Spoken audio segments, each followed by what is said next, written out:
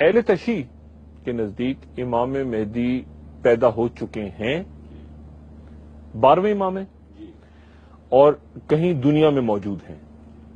وضاحت فرمائیے کہاں پہ ہیں؟ ہم امام حسن عسکری کے صاحبزادے ہیں، کہاں پہ ہیں، کیوں غائب ہیں اور کیسے آئیں گے سامنے؟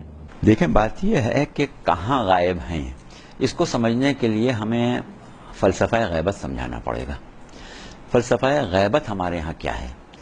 فلسفہ غیبت یہ ہے کہ وہ بندگان خدا کہ جن کو پروردگار عالم نے منتخب کیا ہے ہدایت کے لیے اور امر ہدایت میں ان کو اپنا نائب یا اپنا خلیفہ بنایا ہے، وہ بارگاہ خداوندی سے ہی مبعوث ہوتے ہیں.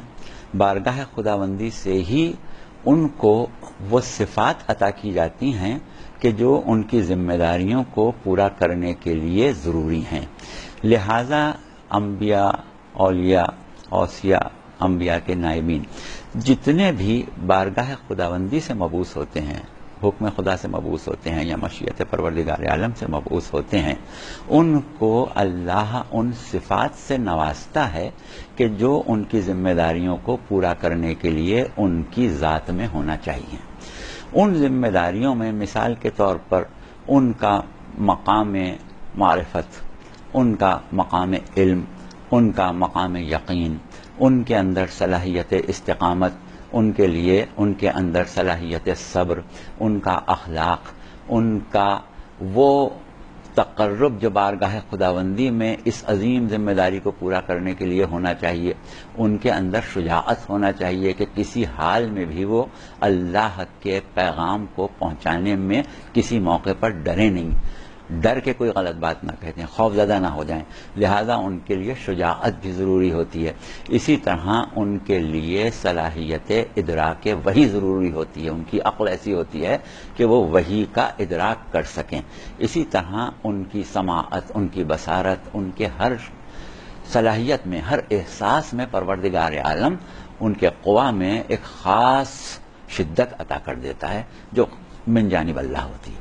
اور ان کی اپنی ریاضت سے جو صفات میں تبدیلی ہوتی ہے وہ ایک الگ مسئلہ ہے، اس کو ہم اس وقت نہیں چھوڑ رہے. اب اس اعتبار سے ذمہ داریوں کو پورا کرنے کے لیے جہاں بہت سی صفات کی ضرورت ہوتی ہے، وہاں ہادی برحق میں جو اللہ کی طرف سے ہدایت پر مامور ہوا ہے اور جسے اللہ نے امر ہدایت میں اپنا نائب قرار دیا ہے، اس میں ایک صفت اور ضروری ہے دیگر صفات کی طرح، جسے ہم صفت غیبت کہتے ہیں. یہ صفت غیبت پروردگار عالم نے ہر ہادی برحق کو دی ہے، خواہ وہ نبی ہو، خواہ وہ رسول ہو، خواہ وہ اس کا وصی یا ہماری اصطلاح میں امام ہو. اس کے اندر صفت غیبت ہوتی ہے. اب صفت غیبت خود کیا شے ہے؟ صفت غیبت یہ ہے کہ اس کے اندر اپنی ذمہ داریوں کو ادا کرنے کے لیے ایک ملکہ یہ بھی ہوتا ہے کہ وہ اس طرح لوگوں کے درمیان ہو کہ اس کے وجود کا احساس خلق خدا کے اندر سے ختم ہو جائے، لوگ اس کے وجود کو محسوس نہ کریں. اس چیز کو ہم کہتے ہیں کہ شخصیت غائب ہو گئی، یعنی وہ موجود ہے، ہمارے درمیان ہے یا جہاں اللہ چاہے وہاں ہے، مگر لوگوں کو اس کے وجود کا احساس نہیں ہے. ہاں، اب اس سلسلے میں ایک اور بات ہم کریں. دوسری چیز ایک اور ہوتی ہے غیبت کی شکل، وہ یہ ہوتی ہے کہ وہ شے، وہ شخص، وہ شخصیت اس طرح کسی دوسری شخصیت میں ضم ہو جائے کہ جس کو پہچانا جا رہا ہے وہ کوئی اور ہو، اور وہ اصل شخصیت جو ہے اس کو پہچانا نہ جائے. ایسی صورت میں یہ ہوتا ہے کہ جس لوگوں کے سامنے جو شخصیت ہے، یعنی محسوس کی جا رہی ہے، غائب نہیں ہے، پہچانا جا رہا ہے، اس کو کسی اور حیثیت سے پہچانا جا رہا ہے، جبکہ اس کی حقیقی حیثیت اس کے اندر گم ہے، حقیقی حیثیت اس کے اندر گم ہو چکی ہے. تو اس کے لیے ہم کہتے ہیں کہ یہ ایک ایسی غیبت کی یہ شکل ہے کہ جس میں شخصیت گم ہے، شخص سامنے ہے. تو یہ صفت پروردگار عالم نے کیونکہ ہر نبی کو ادا کی ہے، اور یہ صفت نبی اور امام میں بالقوا ہوتی ہے، ضرورت کے وقت بالفعل ہو جاتی ہے. ضرورت کا احساس صرف اللہ کو ہوتا ہے، اللہ جانتا ہے کہ وہ کب اس کو بالفعل کر دے. تو اب اگر ہم تاریخ انبیاء اٹھا کے دیکھیں تو ہمیں ایسے انبیاء ملتے ہیں کہ جن کی یہ صفت بالفعل ہو گئی، جس میں جناب ادریس علیہ السلام ہیں، جس میں جناب الیاس علیہ السلام ہیں، جس میں حضرت خضر علیہ السلام ہیں، جس میں جناب عیسیٰ علیہ السلام ہیں، کہ ان کی صفت غیبت جو ہے وہ بالفعل ہو گئی۔ اب صفت غیبت سے متصل ایک صفت ہوتی ہے طول حیات، کیونکہ اگر مدت غیبت طولانی ہو تو پھر ضروری ہے کہ اس کی حیات بھی طولانی ہو اور اس غیبت کے طول کا ساتھ دے سکے۔ تو اس اعتبار سے جناب خضر کو اگر اللہ نے ہزاروں سال کی غیبت دی ہے تو ان کو ہزاروں سال کی عمر بھی دی ہے۔ جناب عیسیٰ کو اب تک 2000 سال ہو چکے تو ان کو غیبت کے زمانے میں طول عمر 2000 سال یا اس سے زیادہ جو اللہ کی مرضی ہو اس نے عطا کر دی۔ جناب ادریس کا زمانہ بہت پرانا زمانہ ہے، حضرت نوح سے بھی پہلے کا زمانہ ہے، اسی طرح حضرت الیاس کا زمانہ پرانا زمانہ ہے۔ تو اتنے عرصے تک طول حیات عطا کرنا اور ان کے وجود کا احساس خلق کے اندر سے ختم کر دینا کہ لوگ ان کو محسوس نہ کر سکیں۔ اب غیبت میں کیونکہ جو انبیاء کی غیبت ہے، جیسے حضرت عیسیٰ کے بارے میں روایت ہے کہ چوتھے آسمان پر غائب ہیں، تو اب یہ چوتھا آسمان کیا چیز ہے، پھر تفصیلی بات ہو جاتی ہے کہ آسمان کیا ہے، اس کی تعداد کیا ہے اور کس طرح پہلا کہاں ہے، دوسرا کہاں ہے، تیسرا کہاں ہے، بہت تفصیلی بات ہو جاتی ہے۔ اس لیے عام طور پر لوگ اس مختصر کرتے ہیں چوتھے آسمان پر غائب ہیں، کیونکہ ان کے مقام کا ایک تعین کیا جاتا ہے۔ لیکن کوئی ضروری نہیں ہے کہ ہر غائب حجت خدا کے مقام کا تعین کیا جا سکے، اس لیے کہ وہ پروردگار عالم نے اس کے وجود کے احساس کو گم کر دیا ہے۔ اچھا، اب یہ تو ہوئی وہ غیبت کہ جس میں شخص نظر نہیں آ رہا، جو ہم نے مثالیں دی۔ ضرورت کے وقت ایسا بھی ہوتا ہے کہ حجت خدا خود موجود ہو، سامنے ہو، لیکن پہچانا نہ جائے۔ ایک لفظ قرآن میں استعمال ہوتا ہے ضال۔ عام طور پر ضال کے معنی گمراہ لیے جاتے ہیں، یعنی وہ شخص کہ جس سے راہ ہدایت گم ہو گئی۔ ویسے ضال کے معنی کیا ہیں؟ کسی شے کا غائب ہو جانا، گم ہو جانا یا اس کو نہ پہچانا جانا۔ عربی میں جیسے اگر اونٹنی کھو گئی ہے، اس کے لیے لفظ استعمال ہوتا ہے ضالۃ الناقہ، ناقے کا کھو جانا، کسی شے کا دوسری شے میں ضم ہو کے غائب ہو جانا۔ اب اس میں دو صورتیں ہوتی ہیں، غائب ہو گیا لیکن اس کے اثرات موجود ہیں، غائب ہو گیا لیکن اس کے اثرات موجود نہیں ہیں۔ جیسے مثال کے طور پر ہم نے دودھ میں شکر ڈال کے گھول دی، اب ہماری نظروں کے سامنے دودھ ہے، شکر نہیں ہے، شکر غائب ہو گئی۔ لیکن اگر اس کو زبان پر رکھا جائے اور ہماری زبان میں اس سے ذائقہ موجود ہو تو ہمیں اثر شکر محسوس ہوگا۔ کھانے کے اندر نمک غائب ہو گیا لیکن اس کے اثرات باقی ہیں۔ تو ایک تو اس طریقے سے غائب ہونا ہے کہ اثرات ظاہر ہوں، شے غائب ہو۔ اچھا، ایک چیز یہ ہے کہ لوگوں کے شعور متوجہ ہی نہ ہوں، تو ایسی غیبت پروردگار عالم نے بہت سے انبیاء کو عطا کی ہے۔ یہاں تفصیل کا وقت نہیں ہے، ہم صرف ان انبیاء کے نام لیں گے جن سے سب لوگ واقف ہیں۔ تو جناب موسیٰ ایک ایسے نبی ہیں کہ جو بڑے مشہور و معروف نبی ہیں، اور ایسے نبی ہیں کہ قرآن میں ان کا بہت زیادہ ذکر ہے، اور ایسے نبی ہیں کہ امت مسلمہ حضرت موسیٰ سے بہت زیادہ واقف ہے، بہت زیادہ مانوس ہے، حضرت موسیٰ کے بہت قصے سنتی رہتی ہے۔ تو ہم حضرت موسیٰ سے یہ مثال دے دیں کہ جناب موسیٰ کے بارے میں قرآن میں پورے واقعات ہیں کہ یہ وہ زمانہ تھا جب جناب موسیٰ پیدا ہوئے تھے کہ بنی اسرائیل میں جو بھی بیٹا پیدا ہوتا تھا اس کو دفع کر دیا جاتا تھا، اور اگر بیٹی پیدا ہوتی تھی تو اس کو زندہ رکھا جاتا تھا اپنی خواہشات کی تکمیل کے لیے۔ تو حضرت موسیٰ جب پیدا ہونے والے ہوئے تو طے شدہ بات تھی کہ فوری طور پر نہیں تو جیسے ہی بادشاہ کو علم ہوگا، جیسے ہی فرعون کا علم ہوگا، ان کو ذبح کر دیا جائے گا۔ ان کی والدہ پریشان ہوئی، پورا قرآن میں تذکرہ ہے کہ اللہ نے ان کو وحی کی اور ان سے کہا کہ تم گھبراؤ نہیں، بچے کو دودھ پلاؤ، اور اگر ہم کہیں تو پھر تم اس کو صندوق میں رکھنا اور دریا میں بہا دینا، مشہور واقعہ سارا ہے۔ اب ہوا کیا کہ جناب موسیٰ خود فرعون کے دربار میں پڑھنے لگے۔ اب ظاہر ہے کہ جناب موسیٰ کون ہیں؟ اللہ کے برگزیدہ نبی ہیں۔ جناب موسیٰ اتنے عظیم پیغمبر ہیں کہ پیغمبر اسلام اور حضرت ابراہیم کے علیہ السلام کے بعد سب سے بڑا مقام جناب موسیٰ کا ہے، اور اتنا عظیم پیغمبر جس کی ماں پر اللہ وحی کر رہا ہے، تو ظاہر ہے کہ بارگاہ خداوندی میں اس کا جو مقام تھا وہ فرعون کے دربار میں پوشیدہ تھا۔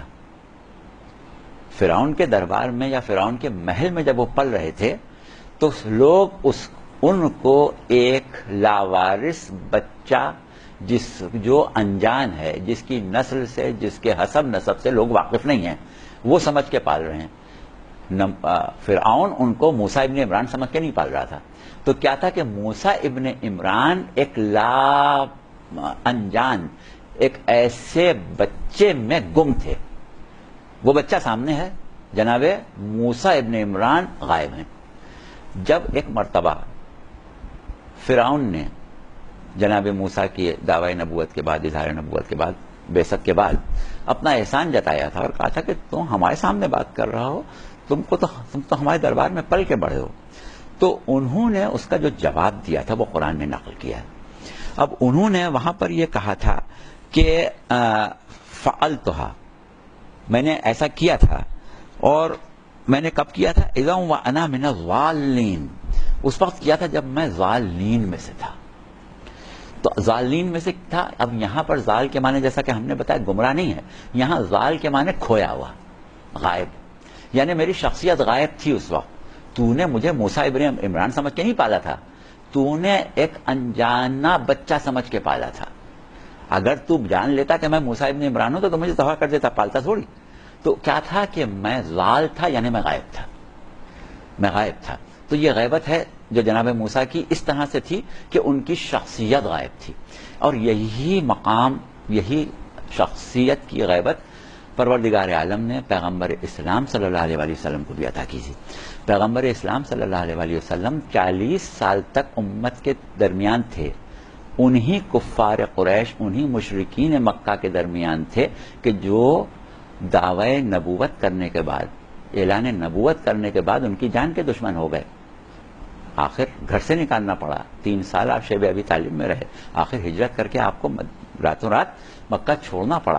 لیکن کیونکہ آپ کے ذمے یہ تھا، یہ کام تھا، آپ کی ذمہ داریوں میں ایک ذمہ داری تھی کہ آپ اعلان نبوت اور تبلیغ شریعت سے پہلے تبلیغ اخلاق کریں، اور تبلیغ اخلاق کے دوران آپ کی شخصیت پوشیدہ رہے، لوگ پہچانے نہیں کہ یہ وہ ہے کہ جس کا ذکر کتابوں میں آ چکا ہے، یہ وہ ہے کہ جو اس مقام و مرتبے کا حامل ہے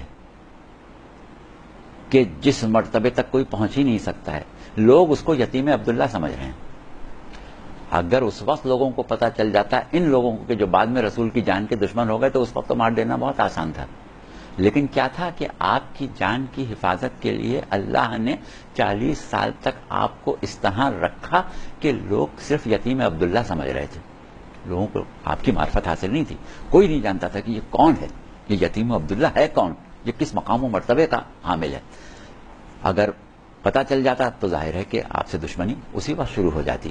تو اب آپ کی شخصیت جو تھی وہ اللہ نے یتیم عبداللہ کی شکل میں غائب رکھی، اور اس کا ذکر قرآن میں کیا کہا کہ وَوَجَدَكَ ضَالًّا فَهَدَىٰ، کہ ہم نے تم کو ضال پایا اور ہدایت کی، پس ہدایت کی۔ تو کوئی بھی مسلمان جو ترجمہ اس کا نہیں کر سکتا کہ پیغمبر اسلام کو معاذ اللہ کو گمراہ پایا، یعنی پیغمبر اسلام کی شخصیت کو گم پایا۔ اب اللہ نے جب یہ چاہا کہ یہ ذات پہچانی جائے، اس کا تعارف ہو، تو لوگوں کو ہدایت کی اس ذات اور اس شخصیت کی معرفت کی۔ یہ ہدایت جو ہے یہ معرفت پیغمبر اسلام ہے کہ لوگوں کو معرفت پیغمبر اسلام کی ہدایت کی، تو آپ کا وہ زمانہ غیبت ختم ہو گیا، آپ ظاہر ہو کے سامنے آ گئے، کہہ رہی یہ تو یہ شخصیت ہے، یہ تو اس کا تو یہ مقام ہے، اس کا تو یہ مرتبہ ہے۔ تو یہ اس وقت نہیں تھا سامنے، یہ چھپا ہوا تھا، غائب تھا۔ تو اس طریقے سے صفات انبیاء میں، صفات اوصیاء میں، صفات ہادیان برحق میں ضروری ہے کہ صفت غیبت ان کے اندر ہو۔ اب جب اللہ چاہتا ہے اس کو بالفعل کر دیتا ہے، جب تک اللہ چاہتا ہے اس کو بالقوہ رہنے دیتا ہے، یعنی اس کے اندر ہے، مگر جب اللہ چاہے گا بروئے کار آئے گی، جب اللہ چاہے گا بالفعل ہوگی۔ تو اسی طریقے سے اب سوال یہاں پہ یہ پیدا ہوتا ہے کہ اللہ کب چاہتا ہے، کب نہیں چاہتا؟ تو مشیت پروردگار عالم تو مشیت خدا ہی ہے۔ ہم اللہ کے فعل کے مواقع سے یہ اندازہ لگاتے ہیں کہ اس کی مشیت میں یہ مواقع کب آتے ہیں۔ تو مشیت میں مواقع ہم یہ دیکھتے ہیں کہ اس وقت آتے ہیں کہ جب 2 شرائط ہوں۔ پہلی شرط تو یہ ہو کہ حجت خدا اگر اپنی اصل حیثیت میں ظاہر ہو جائے تو اس کو قتل کر دیا جائے گا، مار دیا جائے گا، اس کی جان خطرے میں ہے. جیسے جناب موسیٰ کی جان خطرے میں تھی، پیغمبر اسلام کی جان خطرے میں تھی. حضرت عیسیٰ کو سولی پر چڑھا دیا جاتا اگر غیبت میں نہ جاتے. حضرت ادریس کو بادشاہ قتل کرنے جا رہا تھا اگر وہ غیبت میں نہ چلے جاتے. تو اس وقت کہ جب ان کی جان خطرے میں ہو. دوسری چیز ایک یہ ہوتی ہے کہ جان خطرے میں ہو اور اس کی جان جانے کے بعد، اس کو قتل کیے جانے کے بعد اس معیار کا دوسرا ہادی بھی موجود نہ ہو. اگر اس معیار کا دوسرا ہادی موجود ہے تو اللہ حجت خدا کو شہید ہو جانے دیتا ہے، قتل ہو جانے دیتا ہے. جیسے 11 امام شہید ہو گئے کیونکہ اس معیار کا دوسرا ہادی موجود تھا. مگر جب وہ مقام آ جائے کہ اس معیار کا دوسرا ہادی موجود نہ ہو تو پھر اس کی حفاظت پروردگار عالم اپنے اعجاز سے کرتا ہے، اپنی خاص قدرت سے کرتا ہے، اپنے خاص اختیار سے کرتا ہے. تو اس خاص قدرت اور خاص اختیار میں ایک اختیار غیبت جو اس کے اندر صفت بالقوہ موجود ہے اس کو بروئے کار لانا بھی ہے. تو اس طریقے سے امام یا رسول غائب ہو جاتا ہے. اب جہاں تک، کیونکہ آپ نے سوال کیا امام میں بھی کہاں غائب ہیں، تو ہم نے ابھی تو آپ کو فلسفہ غیبت سمجھایا ہے اور یہ بتایا ہے کہ یہ غیبت ہے کیا چیز. لیکن اب ایک بات محدود ہو گئی غیبت امام مہدی کے اوپر، یہ ایک عمومی بات تھی. اب غیبت امام مہدی کیا ہے؟ تو دیکھیں بات کیا ہے کہ جیسا کہ ہم نے کہا کہ ہر نبی کو یہ صفت عطا ہوتی ہے اور جو مقام و مرتبہ اس نبی کا ہو اتنی ہی شدید وہ صفت اس کے اندر ہوتی ہے. یعنی اگر ایک نبی کم درجے کا ہے تو اس کا کی مقام معرفت، اس کا مقام تقرب، اس کا صلاحیت ادراک وحی اس درجے کی نہیں ہوگی جس سے اعلیٰ درجے کے نبی کا ہوگا. جو اس سے اعلیٰ درجے کا نبی ہے اس کا کچھ اور ہوگا. تو اسی طریقے سے صفت غیبت کی شدت اور صفت غیبت کی وسعت و پھیلاؤ اس نبی کے لیے زیادہ ہوگا جس کا مقام و مرتبہ بارگاہ خداوندی میں زیادہ ہو. جتنا اعلیٰ مرتبہ ہوگا اتنا ہی اس کی اعلیٰ غیبت ہوگی. جیسے جناب ادریس کا مرتبہ جتنا ہے اتنی ان کی صفت غیبت میں شدت ہے. جناب عیسیٰ کا جتنا مرتبہ بارگاہ خداوندی میں ہے اتنی شدت ان کی صفت غیبت میں ہے. لیکن پیغمبر اسلام صلی اللہ علیہ وآلہ وسلم کا مرتبہ اور دیگر انبیاء کے مرتبے میں زمین آسمان کا فرق ہے. آپ سید الانبیاء ہیں. تمام مسلمانوں کا یہ عقیدہ ہے کہ یہ ممکن ہی نہیں کہ جو صفت اللہ نے کسی نبی کو عطا کی ہو اس صفت سے پیغمبر اسلام کو محروم رکھے. ممکن ہی نہیں، ورنہ آپ کی سیادت، آپ کا سردار ہونا جو ہے وہ خلاف عدالت ہو جائے جب تک کہ اس صفت کی شدت ان میں نہ ہو. ایک چیز یہ ہوتی ہے کہ برابر ہو، یعنی استاد اور شاگرد کا علم برابر ہو تو کیا ہے کہ برابری آ جائے گی. استاد کا علم جس وقت وہ اس کی شاگردی کر رہا ہے بات کی بات اور ہے، اس وقت شاگرد سے بہت زیادہ ہونا چاہیے. تو اسی طرح امت کے مقابلے میں نبی کی ہر صفت، جو صفات امت میں پائی جائیں، نبی میں وہ صفت بدرجہ اتم پائی جاتی ہے. اب کیونکہ دیگر تمام انبیاء امت پیغمبر اسلام میں شامل ہوتے ہیں، اس کے لیے ہم قرآن کی آیت ابھی آگے چل کے پڑھیں گے. جو ہم نے کہہ دیا کہ امت میں شامل ہوتے ہیں تو آپ پوچھ سکتے ہیں کہ بھائی وہ تو پہلے گزر گئے، رسول کی امت کیسے ہو گئے، وہ ہم ابھی بعد میں بات کریں. تو ضروری ہے کہ جو صفات دوسرے انبیاء کو دی گئی تھیں وہ پیغمبر اسلام کو بدرجہ اتم دی جائے. سب سے زیادہ شدت کے ساتھ وہ صفت پیغمبر اسلام صلی اللہ علیہ وسلم کی ذات میں ہونا چاہیے. تو جس طریقے سے دوسرے اور بلکہ ایسی صفات بھی آپ کی ذات میں ہیں کہ جو دوسرے انبیاء میں نہیں ہیں. جیسے مثال کے طور پر صفت معراج. صفت معراج وہ ہے کہ جو خود پیغمبر اسلام کی ایسی صفت ہے جو کسی نبی میں نہیں ہے، صرف آپ میں ہی ہے. اب ہم کیونکہ شیعہ عقیدے کسی شیعہ پلیٹ فارم سے بات کر رہے ہیں اور ہمیں بحیثیت شیعہ نمائندہ بلایا گیا، تو اس لیے ہم یہ بات کہہ رہے ہیں کہ عامت المسلمین، تمام مسلمانوں کے مکاتب فقہ معراج کے قائل ہیں. لیکن ہمارا عقیدہ معراج واقعے کی حد تک نہیں ہے. ہم یہ نہیں کہتے کہ ایک واقعہ پیش آیا کہ رسول اللہ چلے گئے، حادثاتی طور پر چلے گئے، اتفاقی طور پر چلے گئے یا پروگرام کے تحت چلے گئے. نہیں، آپ صاحب صفت معراج ہیں، صاحب معراج ہیں. آپ کے اندر صفت معراج بالقوہ موجود ہے. اگر بالقوہ صفت معراج موجود نہ ہوتی تو بالفعل واقع ہو ہی نہیں سکتی تھی. بالفعل اسی لیے واقع ہوئی کہ آپ کے اندر بالقوا موجود تھی. تو جس نبی کے اندر صفت معراج بالقوا موجود ہو وہ ہر وقت معراج پہ جا سکتا ہے. اس کے لیے وقت موقع محل مقرر نہیں ہے، بس صرف مرضی معبود ہو کہ یہ بالفعل ہو جائے وہ چلا جائے گا، اس لیے کہ اس کے اندر بالقوا موجود ہے. یہ صلاحیت تو رکھتا ہے، یہ اس کی صفت ہے. تو اب اگر ہم یہاں پر ان منابع سے بات کریں کہ جن کا تعلق مکتب تشیع سے ہے تو صورت یہ ہوگی کہ ہر شخص کے لیے قابل قبول نہیں ہوگا. اس لیے ہم صفت غیبت مہندی، اب صفت غیبت مہندی پر خاص بات کو بیان کرنے کے لیے ایک ایسے عالم کی طرف رجوع کرتے ہیں، ایک ایسے عالم کا نظریہ لے کے آتے ہیں کہ جو مکتب تشیع سے تعلق نہیں رکھتا، اور بر صغیر کے مسلمان سب اسے جانتے ہیں. بڑے مشہور محدث ہیں، محدث عبدالعزیز دہلوی، بڑی مشہور شخصیت ہیں. ان کے والد صاحب سے تو واقف ہیں، ان کے بھائیوں سے بھی واقف ہیں. ہم اس وقت ان کی زیادہ گفتگو نہیں کر رہے ہیں ورنہ یہ معروف شخصیت ہے. ہاں، ان کی ایک کتاب ہے سر الشہادتین، یعنی دو شہادتوں کا راز. اس میں انہوں نے جو ہم جو گفتگو کر رہے ہیں اسی سے اپنے نظریے کو ماخوذ کیا ہے، اور انہوں نے یہ کہا کہ یہ ممکن نہیں ہے کہ سید الانبیاء میں، سردار الانبیاء میں وہ تمام صفات موجود نہ ہوں جو دیگر انبیاء میں تھیں. اب یہ تمام مسلمانوں کا عقیدہ ہے. کسی شاعر نے کہا تھا کہ حسن یوسف دم عیسیٰ ید بیضاداری ان چخو محمدار انتو تنہا داری، کہ تمام صفات جو انبیاء میں ہیں وہ آپ کے اندر ہیں. لیکن ہم صرف اس بات پر اکتفا نہیں کرتے، ہم یہ کہتے ہیں کہ وہ تمام صفات جو اللہ نے دیگر انبیاء میں عطا کی ہیں، اگر ان کا کمال دیکھنا ہے تو ذات محمد مصطفیٰ صلی اللہ علیہ وسلم میں دیکھنا، ان سب کا کمال پیغمبر اسلام کی ذات میں.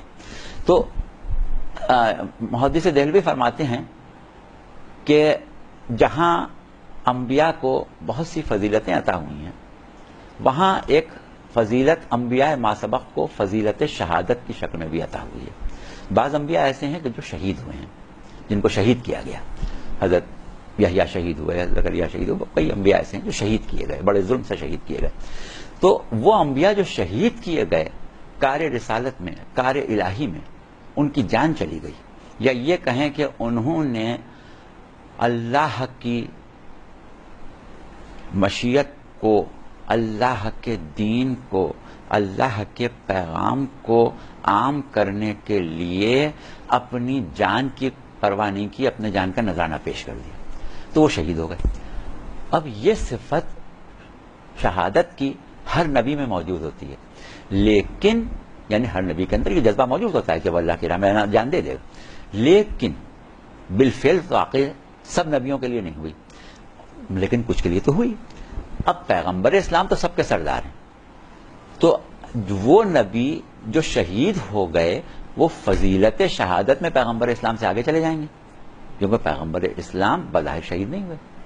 اب انہوں نے یہاں پر یہ نظریہ قائم کیا ہے کہ بات یہ ہے کہ صفت شہادت پیغمبر اسلام میں ان انبیاء کی فضیلت شہادت سے زیادہ موجود تھی، لیکن شہادت کی دو قسمیں ہیں، ایک شہادت جہری، ایک شہادت سری.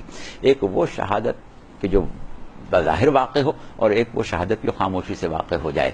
تو یہ دونوں قسمیں شہادت کی پیغمبر اسلام کی صفات میں بالقوا موجود تھیں، لیکن بالفعل ظاہر نہیں ہو سکیں. اب قدرت نے انتظام یہ کیا کہ ان کو بالفعل ظاہر کرنے کے لیے آپ کے نائبین، آپ کے خلفاء، آپ کے اوصیاء، آپ کی اولاد، جو ہر لحاظ سے آپ کے نفوس یعنی ہر اعتبار سے رشتہ رسول رکھتے تھے.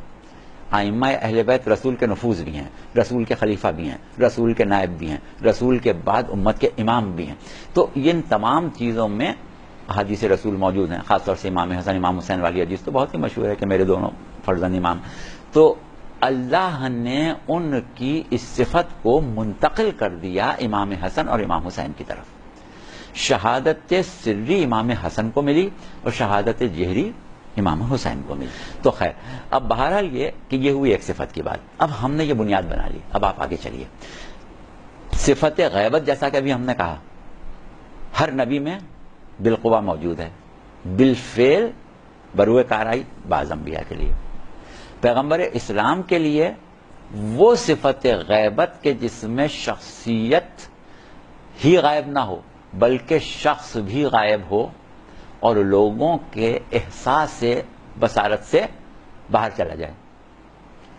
تو یہ صفت پیغمبر اسلام میں بدرجہ اتم موجود ہے بالقوہ. جو جتنی شدت جناب عیسیٰ میں ہے، جتنی شدت جناب الیاس میں ہے، جتنی شدت جناب خضر میں ہے، جتنی شدت جناب ادریس میں ہے، اس سے ہزاروں گنا زیادہ بڑی شدت صفت غیبت پیغمبر اسلام میں ہے. اب پیغمبر اسلام کی یہ صفت غیبت اگر تا قیامت بروئے کار نہ آئے تو صفت غیبت میں ان انبیاء سے پیغمبر اسلام پیچھے رہ جائیں جن کو صفت غیبت بروئے کار آ گئی.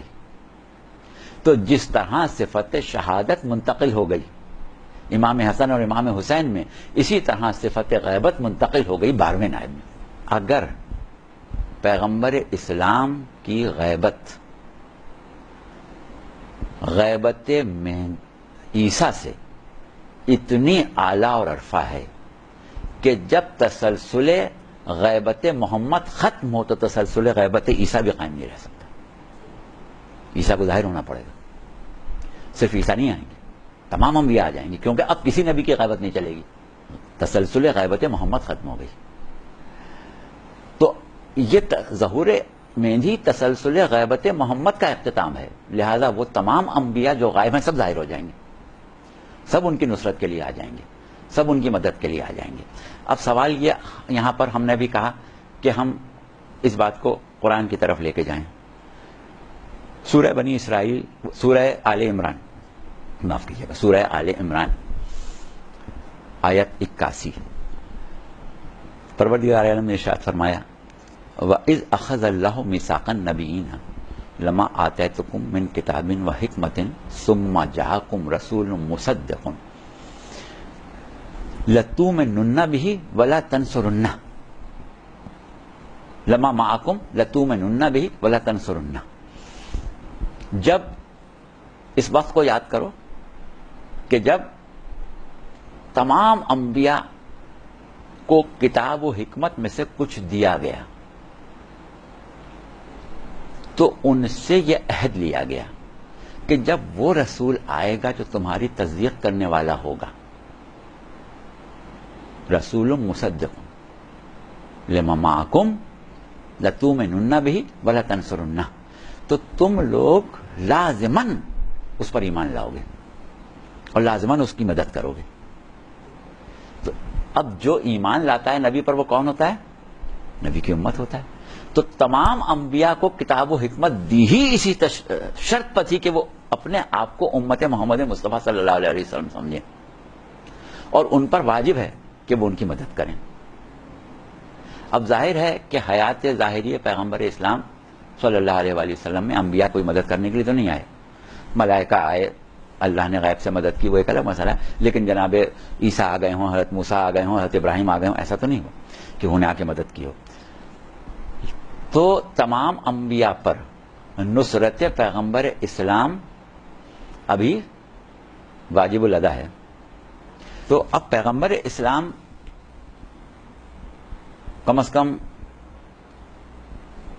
عام مسلمانوں کی اطلاع جہاں تک ہے ابھی کوئی اور جہاد آ کے نہیں کرنے والے ہیں، اور مدد آپ کی انبیاء پر لازم ہے. جس دن بعثت سرکار رسالت کا حتمی نتیجہ نکلے گا اس دن پوری دنیا عدل و انصاف سے بھر چکی ہوگی. پروردگار عالم نے پیغمبر اسلام صلی اللہ علیہ وسلم کو ایک حکم دیا تھا کہ یا ایھا النبی جاہد الکفار والمنافقین واغلظ علیہم، اے نبی آپ جہاد کریں کافروں و منافقوں سے اور ان پر سختی کریں.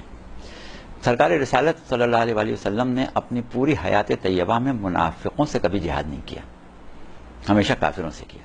لیکن کار نبوت میں کیونکہ یا ایھا النبی کہہ کے خطاب کیا گیا، منافق سے جہاد شامل ہے. ایسا جہاد عالم اسلام کی تاریخ میں آج تک نہیں ہوا کہ جس میں مقابل پر کافر بھی ہوں منافق بھی ہوں. یہ جہاد صرف امام مہدی علیہ السلام کریں گے کہ مقابل پر کافر بھی ہوں گے اور منافق بھی ہوں گے. اور یہ حکم ہے پیغمبر اسلام جو قاری نبوت کے طور پر آپ کو دیا گیا تھا، یہ آپ کا وہ 12واں نائب آ کے پورا کرے گا. اب وہ انبیاء جنہوں نے عہد کیا تھا کہ پیغمبر اسلام کی نصرت ضرور کریں گے، وہ اگر زندہ ہیں تو اس وقت جب جہاد مہندی ہو رہا ہے ان پر واجب ہے کہ وہ آ کے امام مہندی کی نصرت کریں.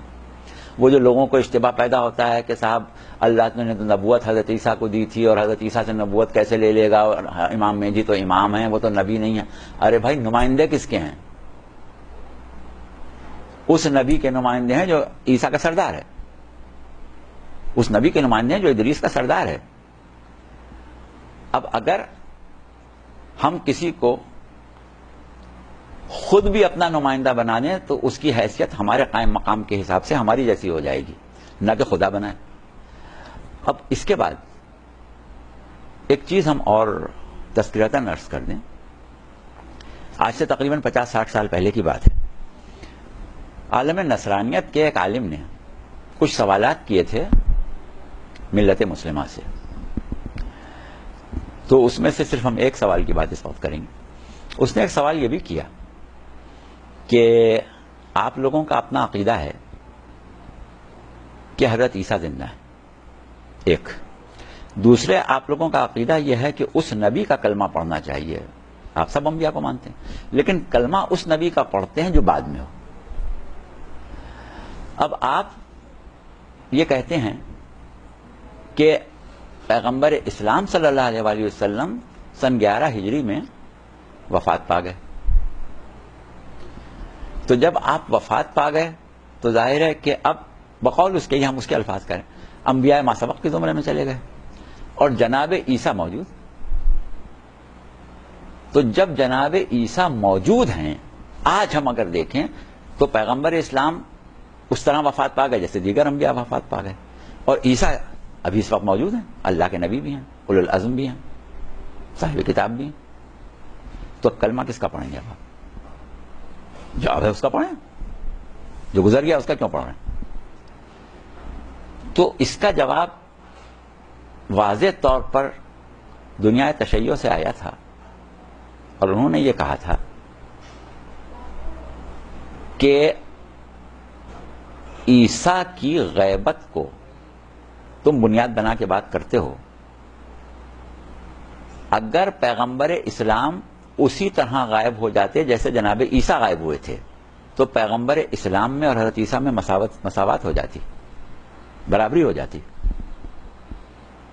مگر آپ کی عظمت، آپ کی بلندی اللہ ظاہر رکھنا چاہتا ہے، آپ کو عیسیٰ کے برابر نہیں کرنا چاہتا.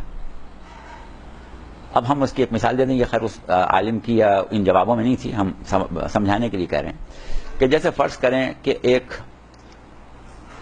مومن ہے، مسلم ہے، صاحب علم ہے، اپنے کچھ شاگردوں کے لیے بیٹھا ہوا ہے، چھوٹے چھوٹے بچوں کو ان کو کچھ تعلیم دے رہا ہے. کسی دوسرے مکتب سے ایک شخص آیا اور اس نے آ کے کہا کہ میرے پاس جو سوال ہے اس کا جواب صرف میرے قوم کے اعلیٰ ترین عالم فلاں فلاں شخص نے دیا ہے، اگر آپ اس سوال کا جواب دے دیں تو ہم آپ کو اس کے برابر مان لیں. اب اگر وہ عالم اس کا جواب دے دے تو اس کے برابر مان لیا جائے گا، لیکن اگر عالم وہ کہے کہ اچھا اس سوال کا جواب چاہیے، یہ میرے بچے شاگرد بیٹھے پوچھ لو کسی سے، اور ان میں سے کوئی بچہ کھڑا ہو کے جواب دے دے، تو مساوات ثابت نہیں ہوگی، برتری ثابت ہو جائے. تو اسی طریقے سے پیغمبر اسلام کی ذات پر عملی اطباق، عملی تطبیق ہوتی صفت غیبت کی تو عیسیٰ اور ادریس اور خضر سے برابری ثابت ہو جاتی. آپ کے 12ویں نائب پر غائب واقع ہوئی